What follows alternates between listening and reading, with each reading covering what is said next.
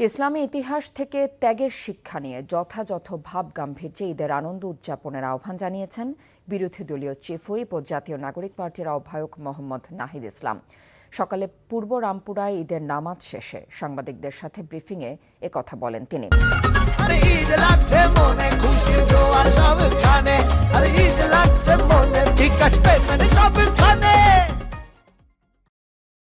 নাহিদ ইসলাম বলেন, গভীর অর্থনৈতিক সংকটে রয়েছে দেশ, সেখান থেকে উত্তরণে বিরোধী দল সরকারকে সহযোগিতা করতে চায়।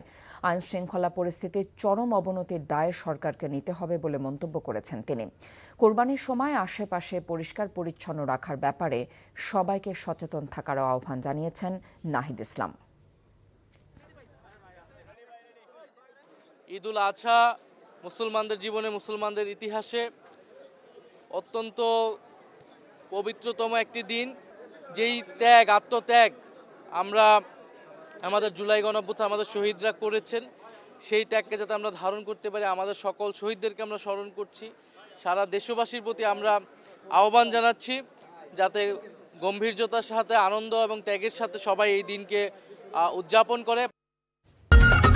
ঈদ লাগছে মনে, খুশির জোয়ার সবখানে, আর ঈদ লাগছে মনে, ঠিক আসবে সবখানে।